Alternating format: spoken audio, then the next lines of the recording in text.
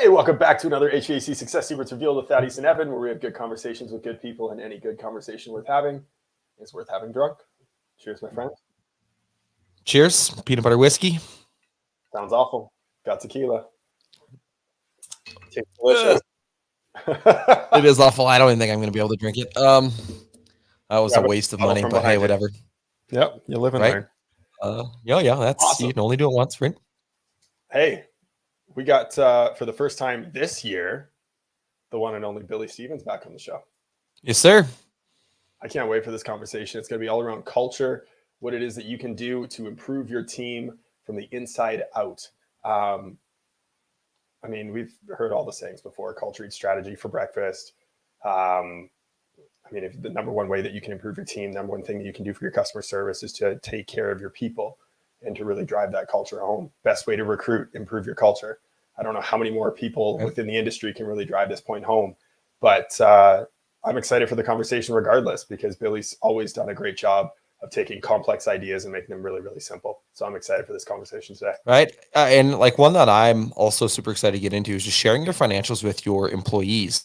Mm-hmm. And how do you actually do that in the right way to be able to create buy-in? And I know he has the posts that go out every Saturday in the Facebook groups, and he alluded to some of that as well, especially in our group. And it's this concept that I think a lot of business owners need to wrap their head around more to be able to adequately do, because they only see the techs only see the big ticket. They don't actually know what goes into it. So getting through and getting clear on that and doing it in the right way it's going to be a great part. I'm looking forward to that. Absolutely. Awesome. But before we get to the show, first a word from our sponsors. Thad, you're up first. Cool. Well, we actually have a new one, but his logo isn't on the bottom, so that's my bad. So Chiirp is a ultimate automation toolbox for home service pros. They help you. It gets you leads faster. You connect faster, close more deals, which is a good thing. So what I like about it, direct integrations, aka drop-down menus, connects you right to Service Titan, House Call Pro, Jobber, and of course, Sera. Systems, which is our other sponsor. SeraSystems is a field service management software. When you combine the two of those together, you can unlock amazing things. What I really like about Sera, the capabilities to track job time efficiency, dynamic dispatching built right onto your website, which helps your SEO, pricing models that make sense. And here's the kicker, the icing on the cake, so to speak.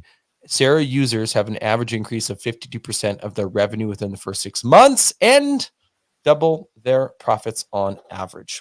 So sure to. I realized I didn't drop the links. I know. I was going to do it for you. Here we go. Okay. Sales.sera.tech/HVAC revealed and chirp.com/Urser ? Equals OPM. They'll be in the links. They'll be in the show notes down below. And of course, our last. Oh, with Chiirp, by the way, that link gets you 25% off your first 3 months. FYI. Love that. Of course, Profit Rocket, Mr. Victor Rancour. If you are an HVAC business owner and you are really wondering what it is that Victor did to grow his business from 0 to 40 million in 4 years, how he did it with his SOPs, how he did it with his team, how he did it with hiring, the blueprint is exactly what you need to grow your business. He lays it all out for you, all you can imagine, for call scripts, marketing plans, call processes, and so much more. It's all in the blueprint. Go check it out. Call profitrocket.com and get signed up for a demo today. Let's get it. 5, 4, 3, 2, 1.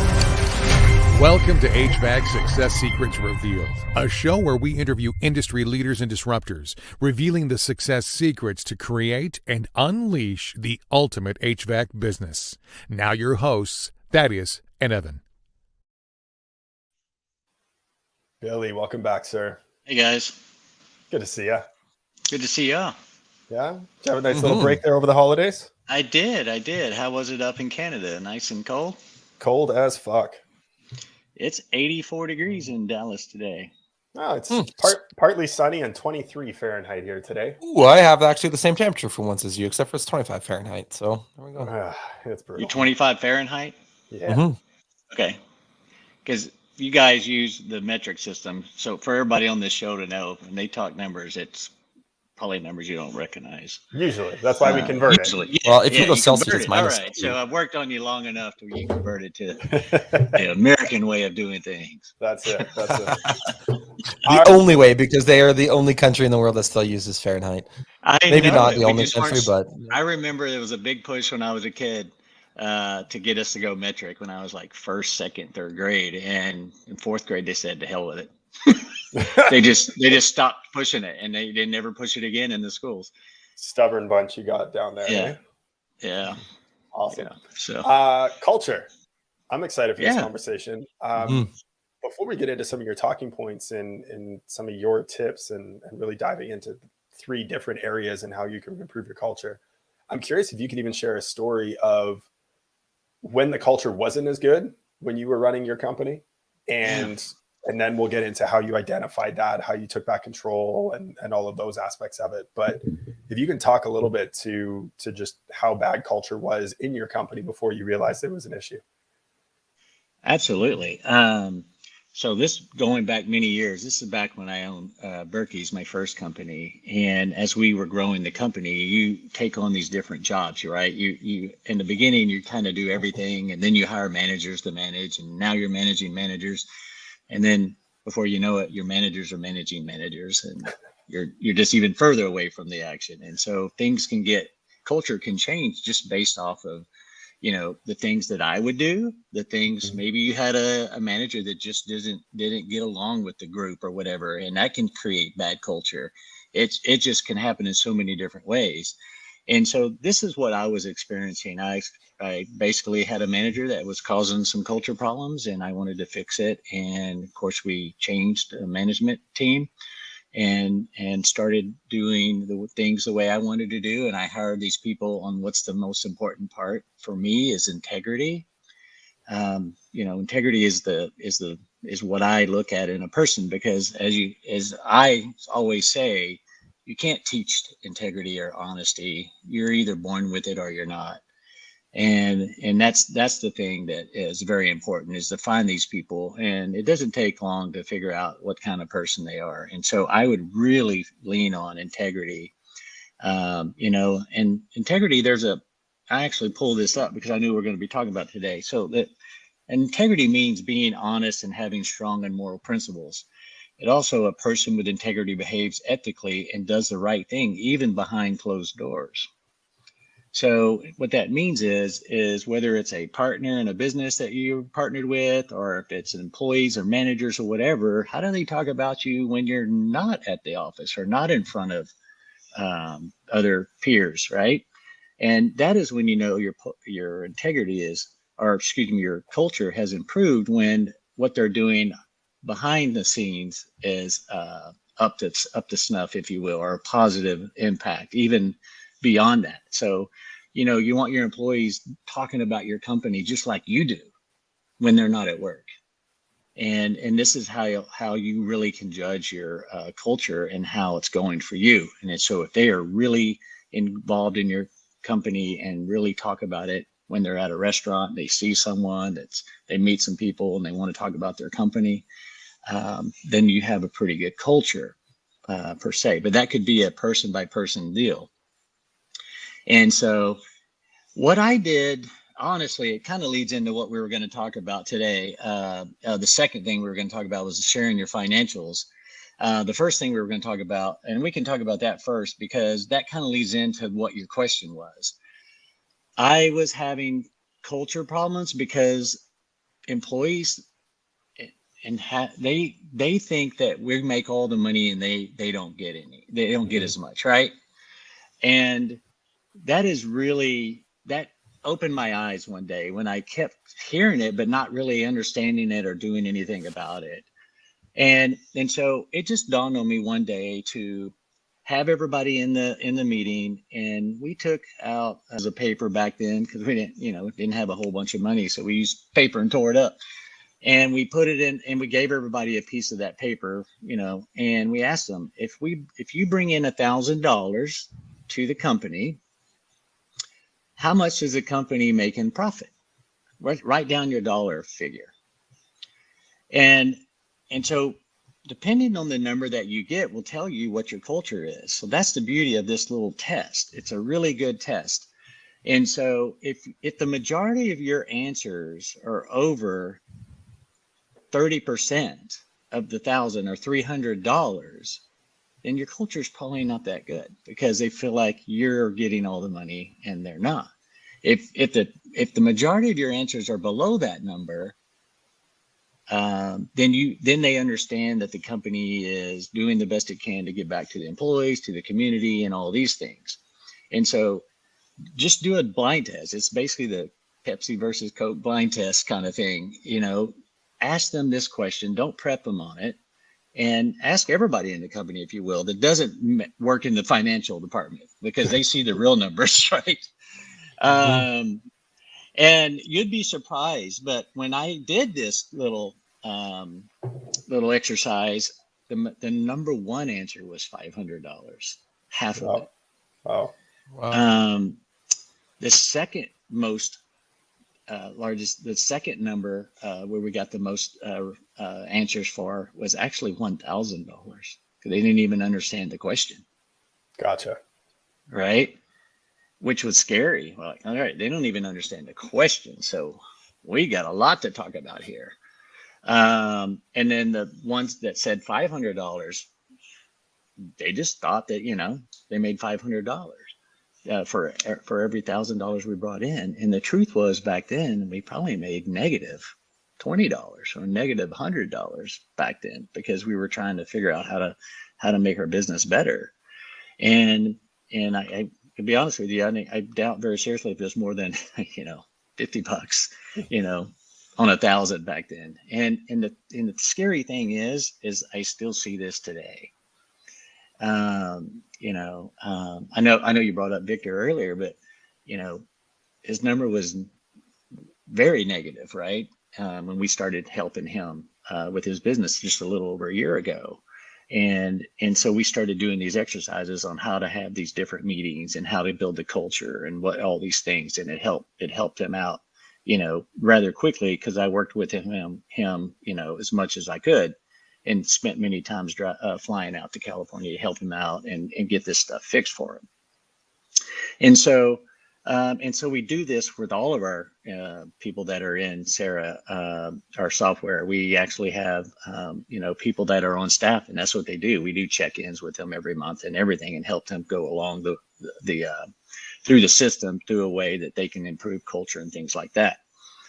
And so again, if anything's over $300, culture is probably not that good. If it's below $300, more of them are below $300. Doesn't mean your culture is great, but it's not. You could get a feel for the room based off of these numbers. It's just a simple thing to do. Very easy to do. Very simple. And so from that point forward, I made it a mission to talk about how much it really costs to run a business. And if you're losing money or you're making very little money, I say 100% you show them your financial statements. I do. Full transparency.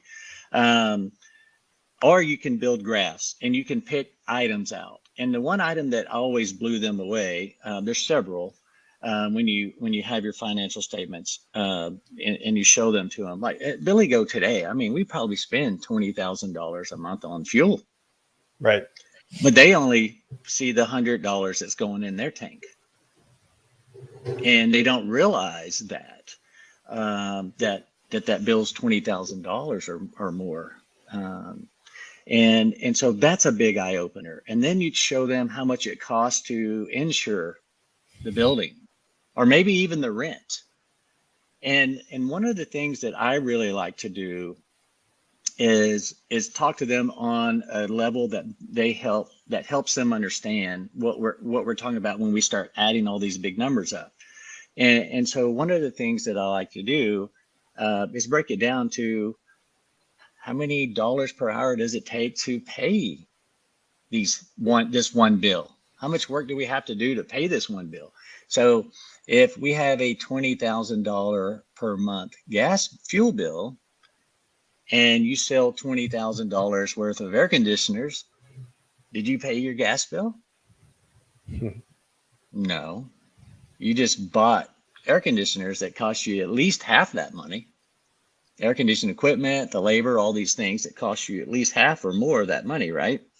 And so take one big job and show them how it can even pay something as simple as the gas bill or something as simple as the electric bill. Yep. And just break it down on those terms. Just pick one job and pick one monthly item and just show them how many times you got to sell that thing, that one item, just to pay this one bill. And that's when you start opening their eyes to how much it costs to run a business.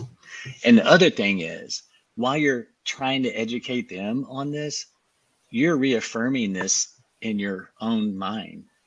You're reaffirming what you're saying because you're speaking it out loud and you're talking to these employees and to your peers, and you're explaining, and they're learning from you while you're learning from yourself.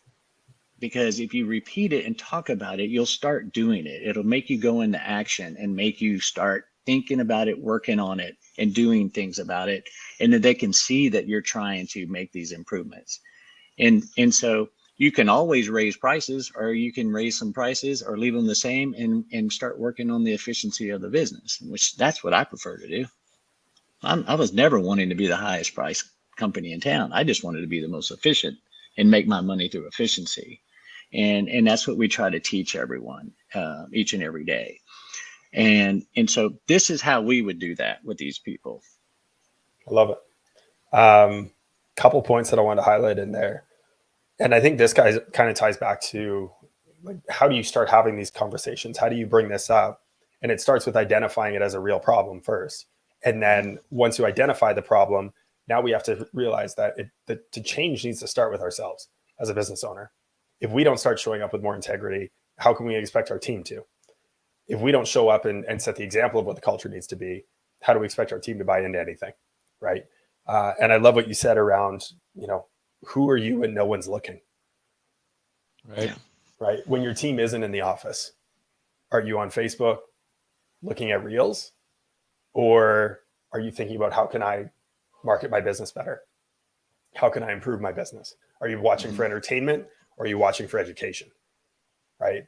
Are you going through your P&Ls so you can look for ways to be more efficient? Do you understand what your P&Ls are? Right. Are you setting aside time to know what your training plan is for the next month, 2 months, 3 months within your business, so you can continue to grow your team and hire better and recruit better and train better? Like, all of these things are constantly on the mind of, I know, Thaddeus and I, when it comes to our business. It's exactly what you need to be thinking about to take time away from being in your business and actually working on your business, as Mike Remember always talks about. Thad, did you have anything from that rant that you wanted to touch on? Now that my internet's a little bit more stable and I could hear parts of most of that conversation, it's funny because my internet was saying, yeah, full bars, but streamers give me grief. But the big part is, like, okay, now you've identified it, and you're talking about financials. Do you just show them all the financials, or do you show them as percentages and break that down?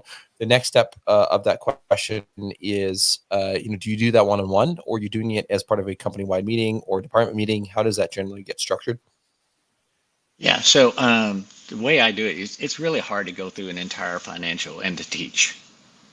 You have to pick a section, and I like to start with the overhead costs before we get into the COGS, and give them a real idea of what it costs to actually operate a business. You go to this building every day, and they don't realize what these things cost. They don't realize that they're tens of thousands, if hundreds of thousands of dollars a year, depending on what size you are, and it doesn't get any cheaper. That's a fixed cost. So we work on talking about fixed costs, so they understand that relationship. Selling a $15,000 air conditioner does not pay your $15,000 a month rent, right? And so that's where I start talking about it, because I want them to buy in on what it costs to operate the business before we start working on the COGS side, which is what they're responsible for. They're responsible for the COGS. They're responsible for selling the product for the price that it needs to be sold for, and so that we can make the profit that we need to make, and then getting the job, getting the photos, doing everything they're supposed to do to give us information so we can do the best job that we can, and provide the best service for the customer, and do all this efficiently and profitably. And that is what I would work on second. So I would definitely start on the overhead cost and pick 2 or 3 of them. Just pick 2 or 3 of them just to get the conversation going. And just telling them what your rent is giving transparency instead of us against them. The business is your employees. It's not the owners. And I think we kind of, in a way, forget that sometimes. And we don't need to be forgetting that. We need to understand that the business is the owner. It is not the owners. It is the people that are at the business. BillyGo is not me. BillyGo is that person in front of BillyGo's customer. And that is your customer, that person in front of in front of the customer that gives you money. Your customer is your employees. And once you change that mindset to who really is your customer, and understand that your employee is your customer, and your employee needs to have this transparency, as much as you want to give them. If you don't want to show them your entire financial statements, there is nothing wrong with it, but at least show them something. Get them thinking about what it really costs. Show them what it costs to replace brakes after a year. How many brake jobs have you had to pay for, and how much they cost? They don't think about things like that. They just don't. And so start talking about it so they understand what you're talking about. And then once you apply all these big dollars to a service call, they find out really quickly that maybe I ought to be a better employee and not just always be angry and just do the bare minimum. Maybe asking me to put on stickers there's a reason for it. Maybe asking me to take these photos and organizing them and giving detail on everything that I find, whether I sell the job or not. I need to do this every time. And that's what's awesome about our software is we make sure they do that. If you want to get that model and serial number on our software, actually this is dropping next week. They cannot move forward. You get a zap, you'll be able to get a message inside of Sera to whoever you want it to go to and go, Joe Bob's fixing to close out this call and he has not collected any of this information. Or, do you want to reply back to him? I mean, it's job by job management is what we're really good at. We don't live in the past like the other softwares. We are actually live and in front of the call and ready and doing things. You have this visibility that you just don't have on the other softwares. That's what makes ours unique. And that's the point that I'm trying to make when I talk about Sera. And when I talk about what I'm doing, it's not the way software was built. It's the way software should be built and is built going forward. It is live in the situation, and you can do these things and start following along to have them do the things that you want. But if you get them that transparency to make them understand why you need it and how much it costs if you don't get it, then they start understanding and applying themselves better, and you get better employees. And when you increase, and this is a culture building, that's all I'm trying to do here, is increase the culture to a more positive everything, mindset, positive energy throughout the building. Everybody loves coming to work. It's not a chore. That's the things that we're trying to help companies do. It's not always about raising prices and pulling those kind of triggers. If you build your culture, I'm telling you right now, you will have enough techs to hire. I hear this all the time. There's just not enough techs. And we all sell the same thing. What made my company so profitable back in, in the 80s and 2000, what makes BillyGo so profitable and grow so fast? It's because of the culture. The day that we opened up BillyGo and people found out within 24 hours, we had 36 people apply for a job without ever posting an ad. So those people we didn't steal those people from any company. Those people didn't like the culture where they were at, and they got the heck out. and wanted to come to work for us. But unfortunately for them, we only had room for 5 or 6. We didn't even have a business yet. I mean, that's how quickly they came, right? And then we said, just hold on, come back when you can, when we can hire you. And so it's, there's still anyone. They came to us, and that's the whole idea. We build a culture. That culture spreads. People hear about it, and they keep coming. We're in that tech hiring phase of our business right now, and we have not run an ad for a tech, but we have hired 4 techs so far this fall, and we've hired really good techs and they come to our company because they heard about the culture. And they've heard about the opportunity to work 12 months a year, even in the HVAC business. And they've heard all these cool things. And so they start coming to us when it slows down other places. And culture is what brings them. That's it. And so we hire again on integrity, honesty. If they don't fit that criteria, we don't hire those folks. And we'll pass over tons of them where most companies, unfortunately, are in dire straits, and they'll take just about anybody to get a body in a truck so they can do some work. Right. And because we've been so conditioned in this industry that the only way to succeed is through revenue growth. And that is fundamentally right, but wrong. There is no reason to grow your business tremendously if you have all this dysfunction, and it's a lot harder to grow it if you have a lot of dysfunction. Why do some companies grow really well and other ones stay stagnant? I see companies all the time, 25, 30 years old, and hadn't had a 1% growth in 15 years. It's the same number every year. It fluctuates just a little bit back and forth every year, never any growth over many, many, many years. And because they never set a culture that would make people want to come work for them. And that's why they don't grow.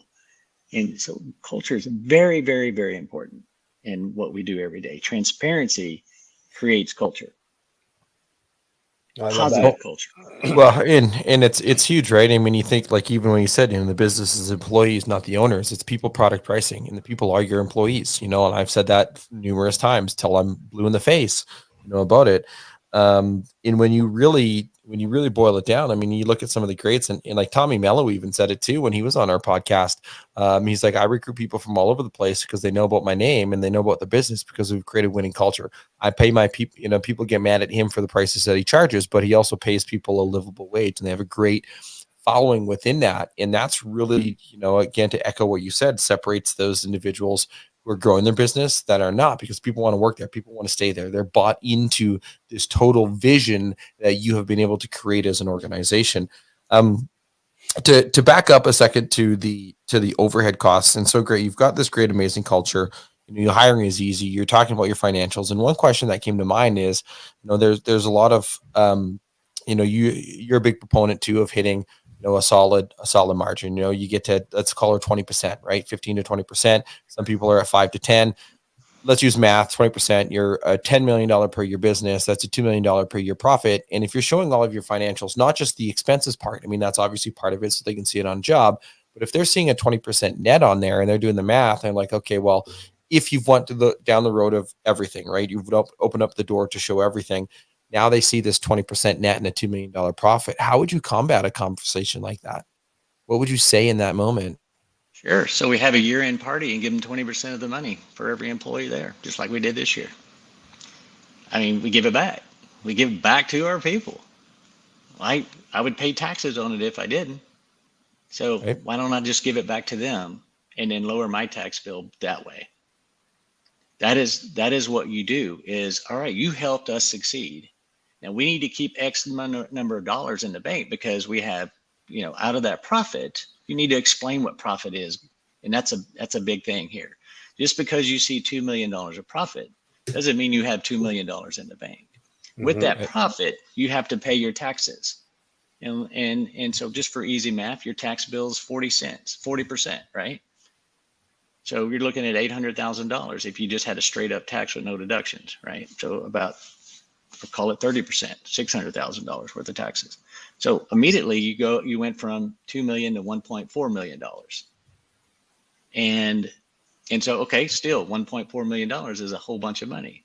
But then this is where your balance sheet comes in. this is where you pay your debt. This is how you pay your debt service.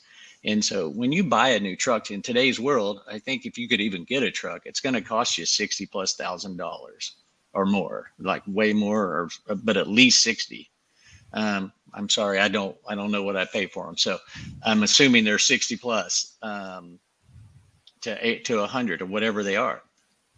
And you're going to pay for those through financing, and you use your profits to pay for those financing charges. So even if you did do a 60-month loan on those trucks, which might as well, right?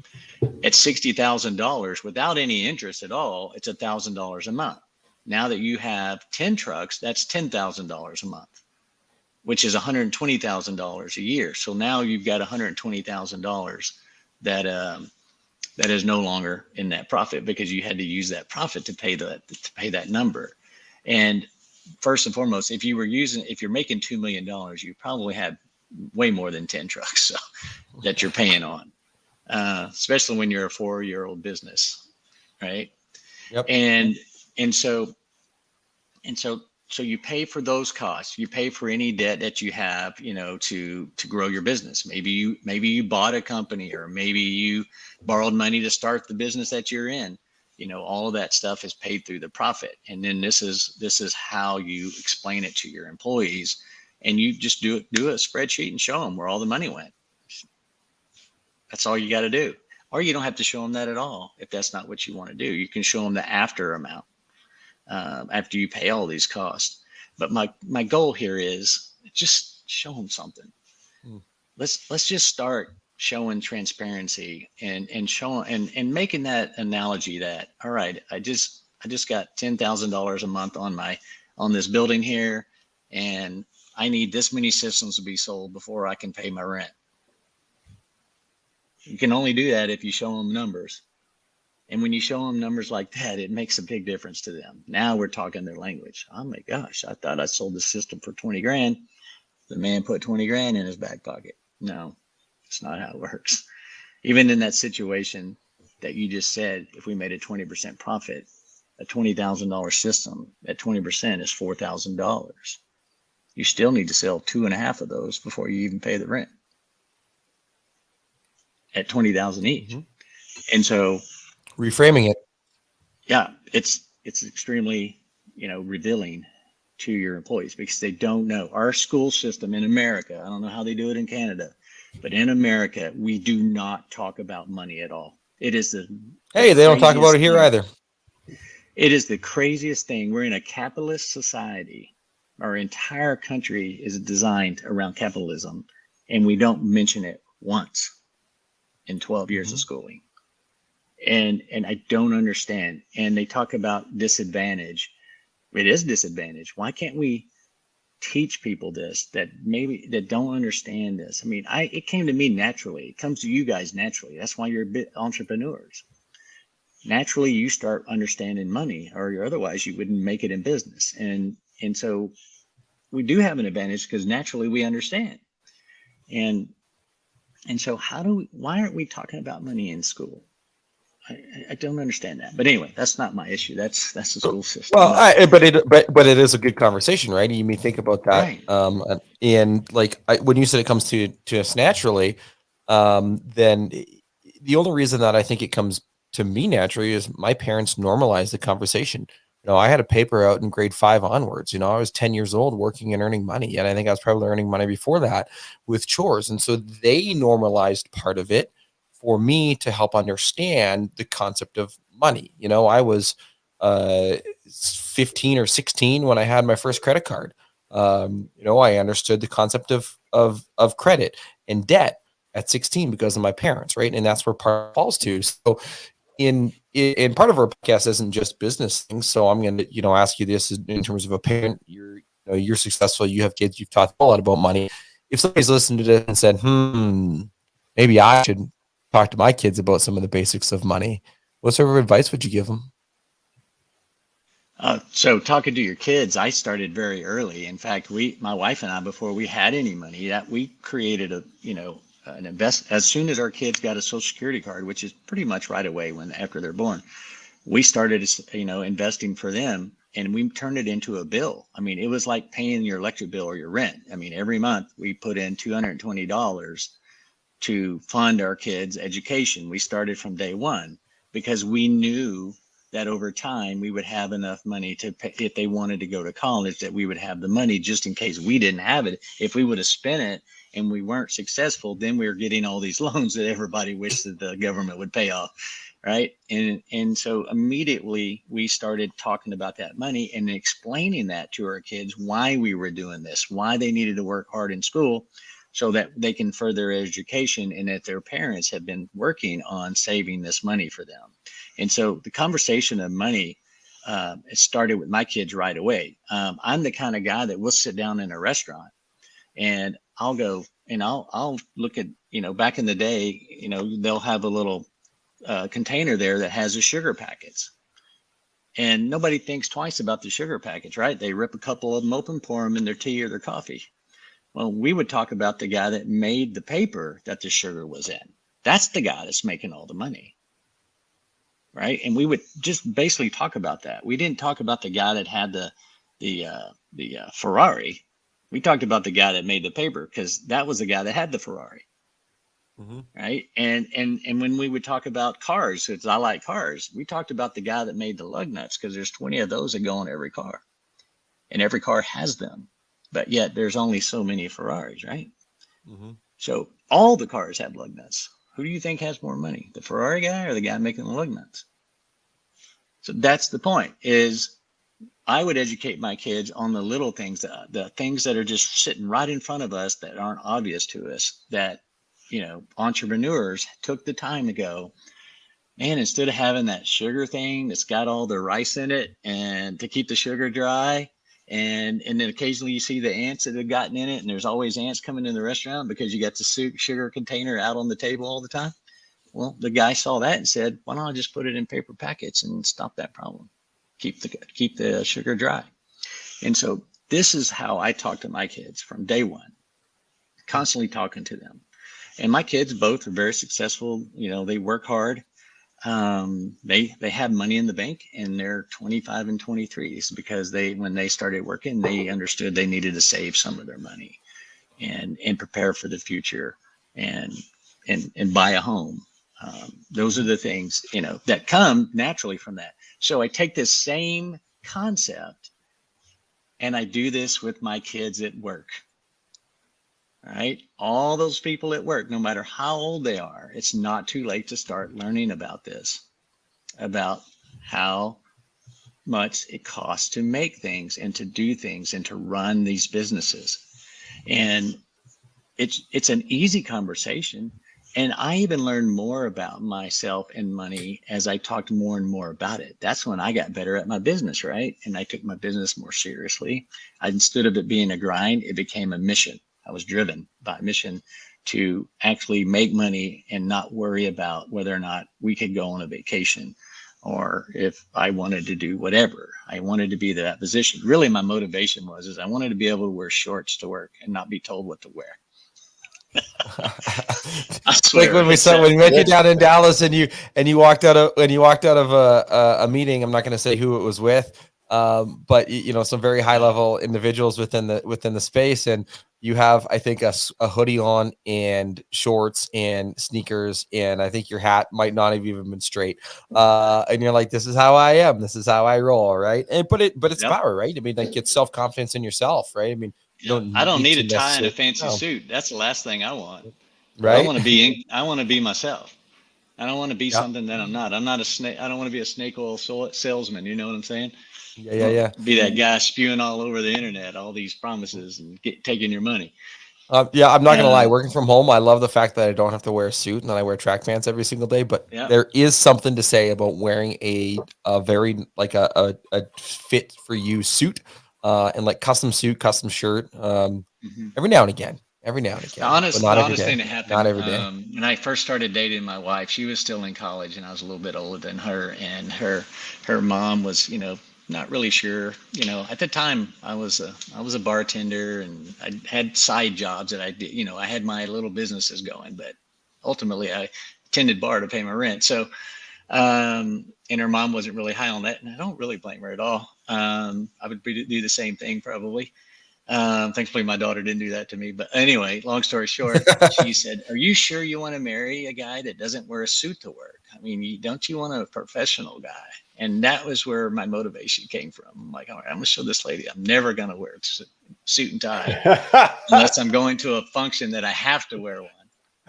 Right. And, well, I think that paid off. And call my own shots, right? I wanted to call my own shots. And that was the motivation. And so as I learned more and more about how to run a business, I learned from my own, things that I wanted to achieve personally. And so my thought is how do I get these guys, to think, to be themselves, because they're confident in their financial abilities, their work ethic, and all these things. And so they will respond. I'm just telling everyone that's watching this video, these folks will respond if you take this role of creating this culture through transparency and through teaching them. I have never had a meeting about how to fix a toilet or make an air conditioner run. First of all, I don't really know how to make an air conditioner run. I know where the thermostat is. That didn't stop me, from running a business. I turn it on. I turn it up. Yeah. And right. And so I wanted to empower these people and not say, explain to them, when someone offers you $1 or $2 more per hour, why do you keep jumping for that? Because you're financially in trouble. You need it. Or when you get technicians that you have a pay system that's commission based and they're doing everything to sell and they're making customers mad, but you don't get rid of them. And all the other employees know that they're doing things they shouldn't be doing, but you keep them because they're the highest performer for you. They're out. Yep. I love a sacrifice like that.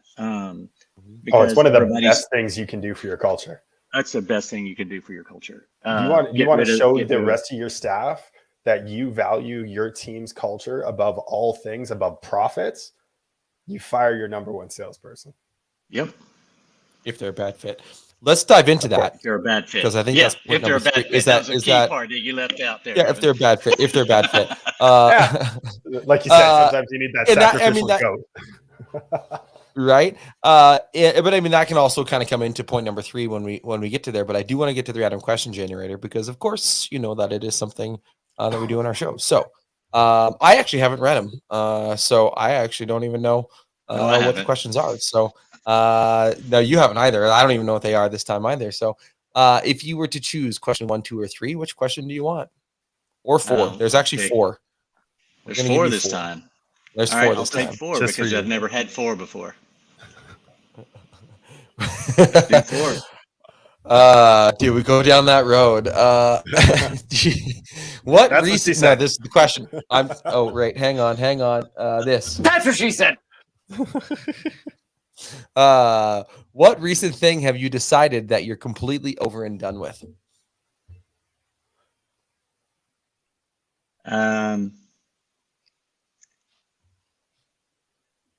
People with low moral value, dishonesty, and integrity. I'm completely done with it. Is that from? I guess that's part of the culture, right? So, have you ever had? I mean, I guess in the BillyGo's existence, I mean, feel free to kind of decline this, and this kind of actually lays into that question that we talked about earlier about letting that top salesperson go. When was the last time you've had to fire somebody who wasn't a cultural fit, or somebody on? We let her $1 million+ plumber go about 9 months ago. He was a bad culture fit. He was a top salesperson in plumbing. How did the team react to it? Everybody, it was amazing what happened. We replaced that revenue through our other employees. Everyone else steps up because they're excited to be at work again. Yep, absolutely. We did it. We did it about 9 months ago. And my managers are so used to, they worked for me for years. And, they were like, I think we've got a situation on our hands. How do you want to deal with it? And I said, tell me more. And they told me some stuff, showed me some stuff. They proved what they were talking about. And I said, all right, bring them in. That was it. It was done. $1.2 million we let walk out the door. And guess what? We grew 60%. Yeah, it's incredible what happens and the buy-in that you get from your team when you make a decision like that. Because now you're walking your walk, right? And this kind of ties absolutely. This perfectly ties in with point number 3, right? So, I mean, the 3 points that you had sent us, number 1 was taking back control of your business. So identifying it's an issue. And now we're going to start having these conversations. Number 2 is sharing your financials, right? Diving into that, being transparent, being honest about where it is that you are as a company, how much money you're actually making so that you can get more buy-in from your team. And then point number 3, undoing years of bad decisions. And I think this kind of fits nicely with what it is you're talking about now, because at the end of the day, we're creatures of habit. And it's very easy for us to fall back into those old grooves, those old habits of what was easy and what we continually went back to.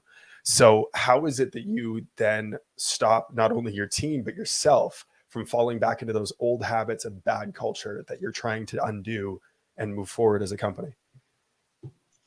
Well, first and foremost, hopefully you get to the point where falling back is hard to do. Because good culture breeds good culture, and it is contagious, just like bad culture is contagious, right? And so it's staying on target, making sure that you're doing what you should do. And let me give you an example. Every day we do things that tick away at good culture that we do, and we don't realize we're doing it. And for instance, let's just take payroll.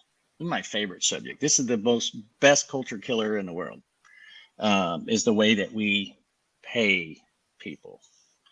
So, we've been taught. I remember back in the early 2000s, there was this drain thing that came out, and you could eat it. You could eat this drain stuff. And the goal was, what they taught you to do was you go and you show them this drain stuff and you put it down the drain, and it eats all the enzymes and it makes their drains clean. And you actually would take a bite of it and they go, oh, and they go, yeah, it's safe. And they bought it from you. But the way they got us to sell it to our employees, to get them to sell it, is they taught us about spiffs. I never heard of a spiff before. And so if you sold this $49.99, don't quote, I imagine that's what it costs. I can't remember. If you sold this jar for $50, let's say, we would give the employee a $10 or $20 spiff. So, and we probably paid $10 for it, and we made $20, and the tech made $20. That's probably what it was. And as always, when we create these little things like this, the only one winning is the company selling the product, right? Because we just added overhead or labor cost, COGS, cost to the cost of running our business. And then once we started using the spiff program for this thing, then we're like, well, why don't we spiff them for doing this? Hey, we'll even spiff them for showing up with a clean truck. We'll spiff them for having their uniform dressed, all nice and clean. And we started spiffing for all these things, and we spiffed ourselves into 30% labor cost. And I'm a big believer in that spiffs creates this problem. It's another culture problem, right? Because now the owner is paying out extra money and his labor costs are going up. And it's very hard to have a positive attitude when you don't have any money. It's so hard. But not only that, we put more pressure on the payroll department, because now they got to start keeping up with all this. And so we created more work for them, but yet we're not spiffing them, and we're not paying them more. And we're literally just spiffing for something that if you train them properly, they would just go ahead and do. And that is one of that spiffs alone are a culture killer, in my opinion. A culture killer because they create more work and more stuff that the payroll department has to do. It takes the department manager has to deal with it when you have department managers. The techs have to, make sure that they're getting all their spiffs, so they spend time looking at their payroll as soon as they get it. You want something that's super simple, that really rewards your technicians, makes them happy, that makes you happy. And it's so easy. It doesn't burden anyone in the office. It doesn't burden anyone in the field, and it doesn't burden you as the owner. And this is one of the things that, as we've gotten more and more into, training and all this stuff, these are the things that just kind of slip through the cracks, that these trainers that, maybe they haven't ever run a business, they don't understand the implications of this kind of procedure, or bonusing for everything. You call it a spiff, bonus, whatever you want. The other thing that's a culture killer is commission, because technically in the States, commission's illegal if you don't pay time and a half over 40 hours, some states over 8 hours. And so again, when we're doing commissions, we're like, a lot of companies start off like this. And I know the people out there listening, you probably go, oh yeah, yeah, this has happened. And we've all done it. I've done it. Is you start off with, I'll give you 20%. That's how we started back in the early 2000s, late 90s. We'll give you 20% of everything you sell. And then the guy goes out and sells this $25,000 job, and you owe him $5,000, and there's no $5,000 in the job because you didn't price it right. Right. And then we go, well, I'll pay you 20%, but minus the material.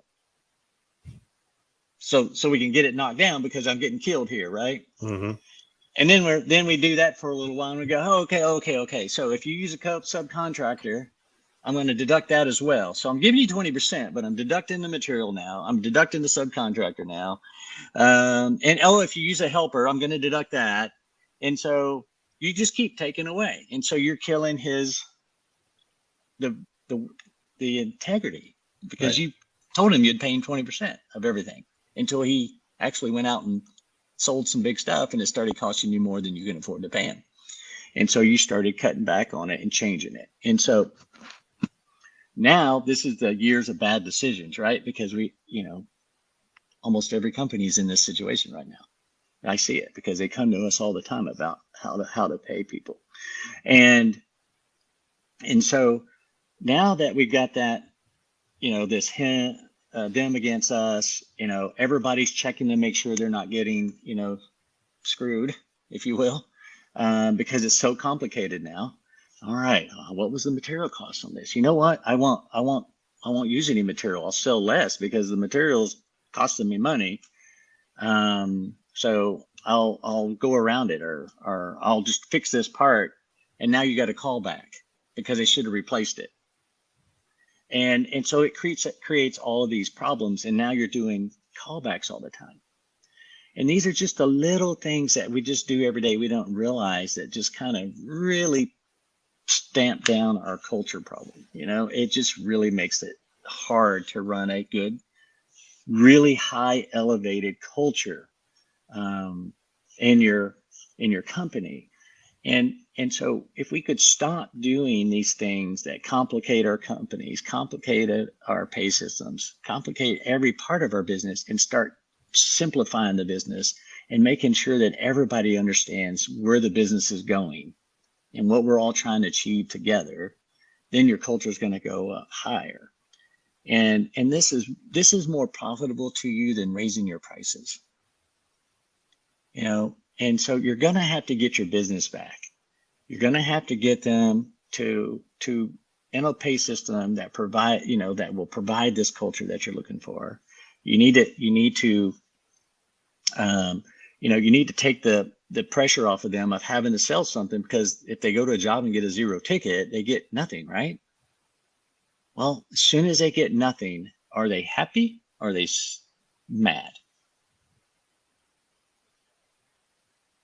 I don't think they're happy, because they didn't get it. They got a zero ticket. The customer said, no, I'm not doing business with you today, whatever. And then they go to the next job, and then they get yelled at because they got a zero ticket. So then you just pile on his unhappiness, right? How are you building culture in that situation? But if you had a pay system that rewarded them in a way that was very simple for them to understand, and rewarded them well, and rewarded the company as well, now you have harmony.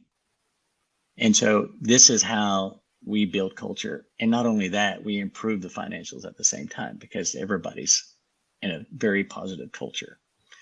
And so this is what we do. We really help companies undo this legacy culture killing stuff. We sell software. There's no doubt about it. That's what I do, right? But we're the only software company. You know, we're introducing Sera Academy at the end of this month, or first of February. This academy will show them how I do these meetings. It will show them the meetings they need to have to make these changes. It will show them how to use Sera the way that I would use it, so they can maximize profitability. And we're very excited about it. It's got all kinds of stuff on there that will help our clients. And that's something that a software company doesn't do. You know, they take your money and they don't answer the call when you need something. You know, we have a full-blown customer service department. We run our software company like a air conditioning plumbing company should be ran, right? We take care of our customers. We want them to come back. We want them to keep doing things, and we help improve their businesses. And so this is why I wanted to get on here today and talk about these three things, and how just the little things that we're doing are causing these problems for us in our businesses. And let's start undoing this legacy bad culture. I love it. When you talked about spiffs and bonuses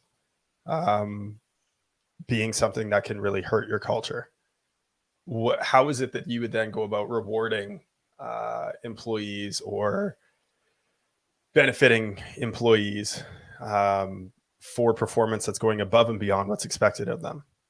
Because I know you're still a big believer in compensating people fairly, number one, but then also bonusing them as well, right? Yes, sir. Because you talked about bonusing them at the end of the year. So what does that type of a structure look like? How do you keep that simple? Because I do agree that complicated bonus programs will absolutely kill your culture. It will kill your employees' confidence. It will drain them of their ability to perform. So how is it that you can do it in a simplified way to still reward people for going above and beyond?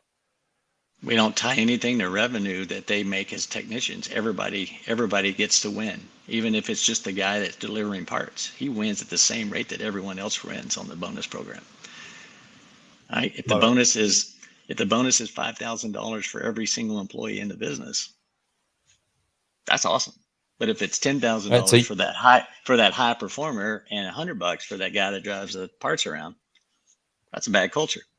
Right. So the bonuses don't matter. Hey, the bonus is from the profit, and that technician that's the number one salesperson in your company didn't get there without the people in the office. He didn't get there without that guy getting those parts to him. He didn't get there without that installer doing a fantastic job on the job that he sold. Mm-hmm. It's a team, 100% team all the way through. And so we don't go through and try to give people stuff that they don't deserve. Every single person received the same dollar amount of a bonus for building the company and making it profitable. And then we tack on to that.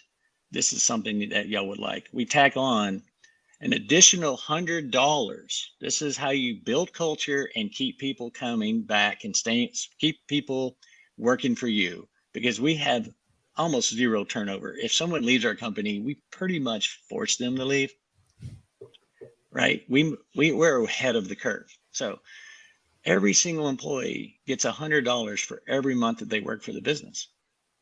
That's the other bonus. So there's two bonuses. We do well, everybody gets the bonus, and then everyone on top of that bonus gets $100. So if you've been with the company 6 months, you're getting $600 plus that bonus that everyone got. And you've only been there 6 months. What would you do if you walked out of there with $3,500 and you just started? I'm staying. You're exactly. And now you're going, okay, well, what do I need to do to help? And so that's how we do it. We don't discriminate on that. We encourage that. So we encourage longevity. So as you rack up months at $100, I mean, that's $1,200 a year. That adds up in a hurry. Mm-hmm. 5 years, I guess it was 48 months that was the highest amount paid, because that was our 4 year, January 1's 4 years. So people that were here you continue that every year, you pay every year for every month? Next year it's $6,000, but we can afford to do it. So right. But that's the point, right? Is because we built this culture to where we expect this, so let's go out and achieve it. Right. I think we lost Thaddeus. So my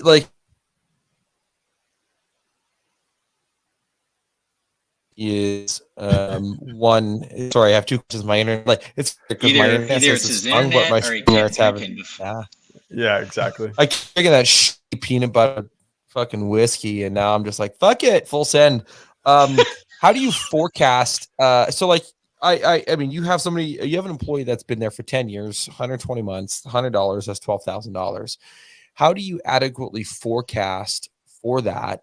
The second, I have another question, but we'll get to that in a second. How do you forecast for that later on down the road? Because I mean, that's 10 years down the road. I mean, heck, 20 years down the road, you're now looking at $24,000 bonus per year. How do you forecast for that in your financials and your budgets? So that's exactly how we do it in our budgets. Is how we forecast it, because we know where they'll be at the end of that year, and so we price it into our product, into our business. This is a very radical way to bonus. I'll be honest with you, because it can get quite large, right? But we're fine with it. Well, and it brings back to the same thing we talked about earlier of what's more expensive. Is it finding someone new and training someone new, or is it keeping someone on board that's already meeting the expectations of the company? That's the other thing. What does it cost to replace someone? What does it cost for the constant turnover? You know, stop the turnover. That's the key, you know, and take the best people that are going to represent your brand the way they should be representing it. And this will all come together. You'll get paid back. It's cheaper to pay someone $6,000 for being there 5 years, or $12,000 for 10 years, than it is to constantly be retraining somebody and and doing that and having this revolving door. It's much easier to run a business when you're doing less callbacks, because everybody appreciates the job that they have. They're not there just because they need a paycheck. They appreciate where they work. And so the callbacks get taken down. The turnover gets taken down. All of these things are extremely expensive. And that is what costs companies thousands and thousands of dollars annually. I'm not saying we don't get callbacks. It happens. You know, we make mistakes. People make mistakes. But we're not a callback problem business. And if you're constantly doing callbacks before you get to the real calls, because you have this policy, I'm going to get these callbacks, their priority, and you're doing all of those before you even get to the ones that are earning you some money, you're going backwards every day. And that's just from years and years of experience. Well, the other part of that is that, like, when you think about, sorry, I keep getting tripped out by my internet. It's just been blowing my mind. And I forget the point that I was going to make on it. I got to write shit down. Well, I have some other things down. I have my next question down on it. But anyways, I remember the point. So when you think about, Sera and utilizing the systems and utilizing the software, what it does for HVAC business is you actually reduce the amount of employees in your office, right? And so when you think about that, you reduce your staff, you're reducing your overhead. So the reductions that you actually have staff and your overhead help fund these sorts of bonus structures, which is also the fascinating part that I don't think, we haven't bridged that yet, but I did, because I remember you saying that you reduce your office staff by utilizing and putting in Sera into your system. Well, so I mean, big part of it. Reduce is really not what we do. I mean, we don't overhire. And I'm a believer in giving everybody an opportunity, but not having people just to have people. And, again, I'll go to softwares. If your software requires you to bring in more people than you need, then you're back into this situation that it's helping you have bad culture, because you're constantly having to hire people to operate it.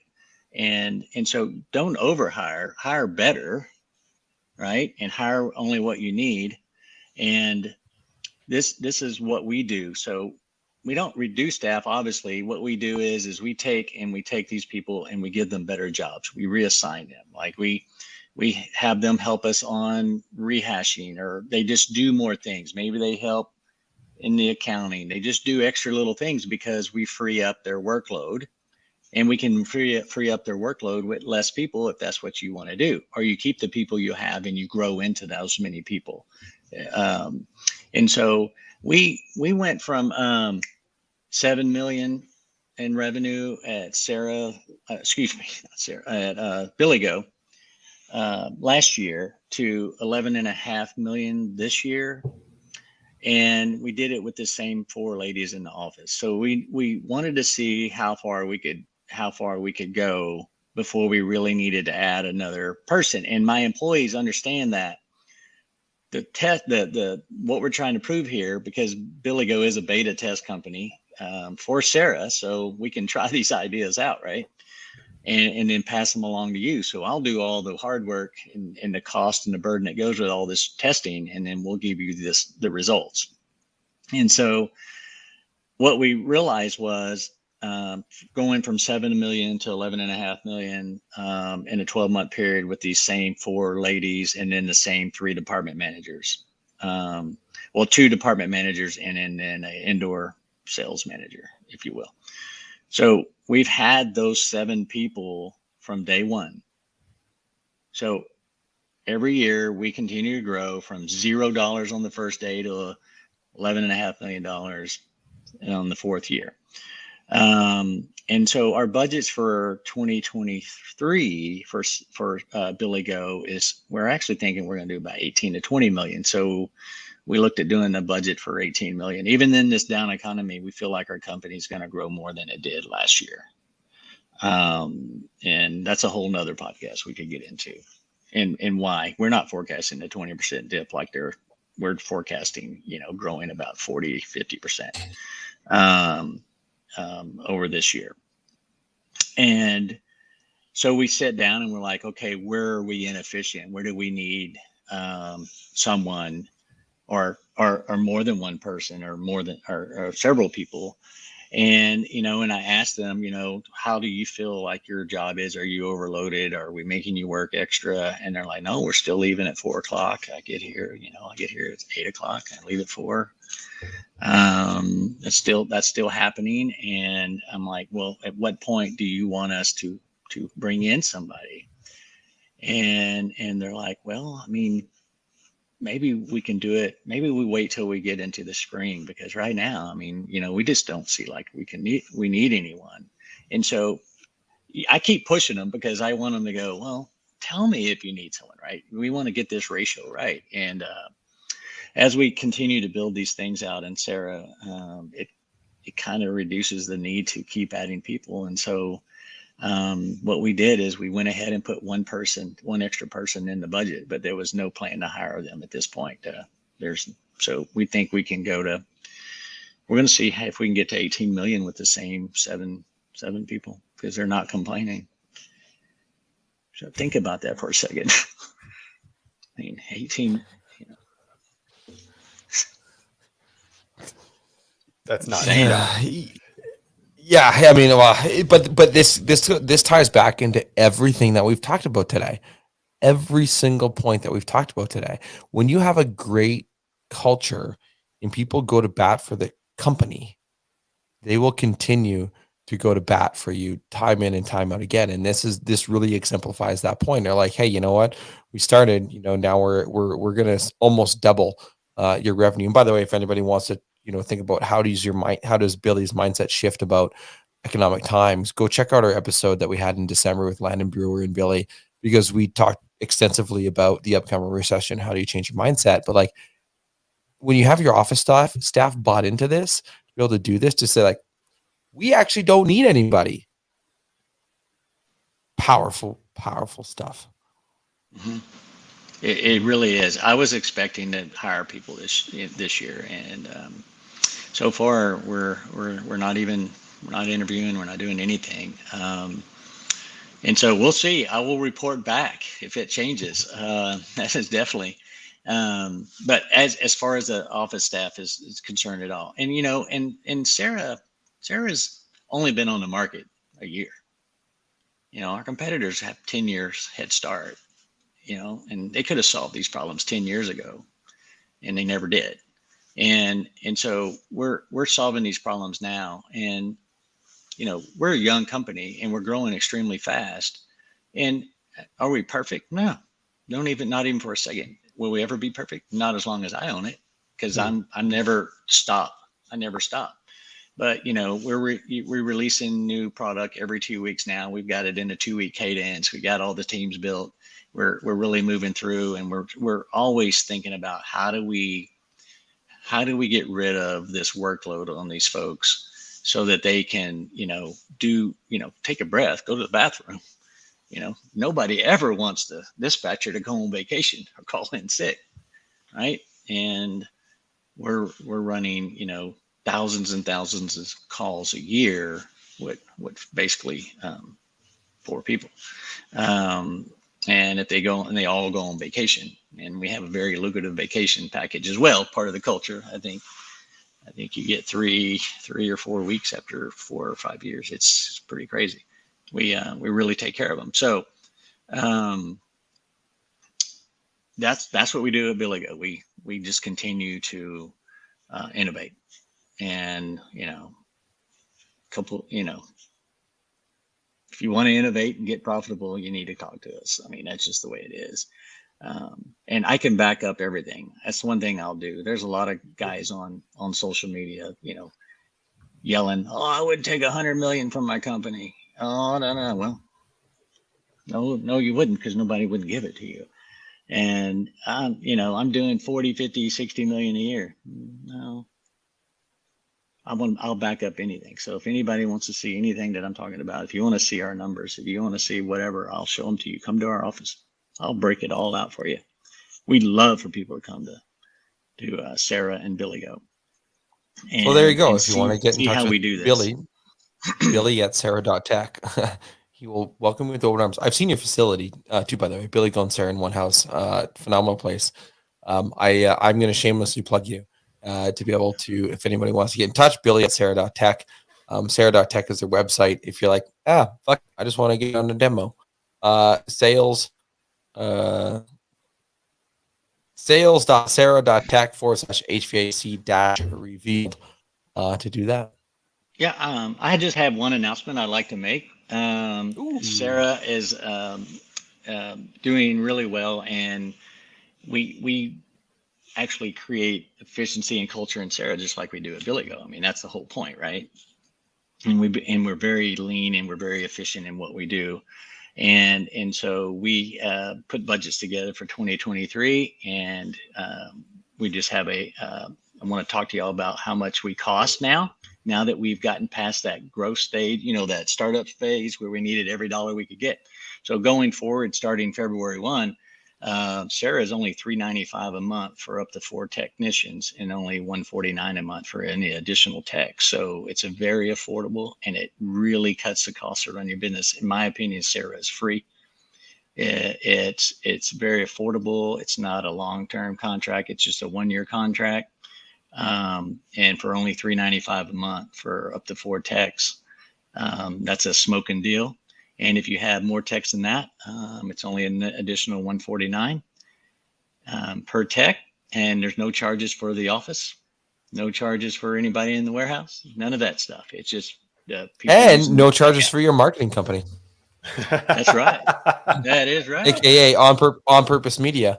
That is right. So and so just to clarify, $395 for up to 4 techs, not $395 for the first 4 techs, correct? Yeah, so you can have 2, 3, 4. It doesn't matter. It's $395, and then each additional is $149. Is $149, and we have released this to out there in the space, and seen a lot of people are saying, "All right, this makes a lot of sense." They've been hearing about what we're talking about, and it's flying off the shelf. Love it. Very excited. Got a lot of new partners we'll be announcing here in the next few weeks that we're very excited to that have decided to join Sera and co-market and back us up. I think you're going to be surprised by the names that are behind it. It's going to be pretty awesome. Can't wait for that. Yeah. Mm-hmm. Can't wait to tell everybody. You got to keep your mouth shut. Awesome, Billy. Well, thank I you know so much. only half of us has to keep their mouth shut, Yeah, exactly. and it's not me. Actually, I don't even know if that's what you guys were talking about before I You can jumped say back on. whatever you So. want. Your internet will go out. Nobody hears you. So. There we go. I love it, Billy. Thank you so much for coming on, my friend. I'm seeing a question here we didn't ask. I like telling this story. They asked, "How do we come up with the name BillyGo?" Oh, I missed that. No. What? So those ones in the private chat. So we're gonna finish off with our last question. But those are ones that you've already said. Oh, okay. Yes. Yeah, we wanted to make sure that we're not duplicating answers here. Yeah.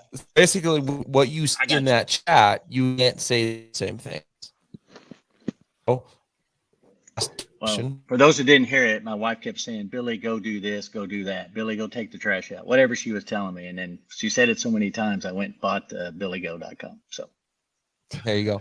It was a great story, and I remember talking to her about that in Vegas, and she howled and she laughed.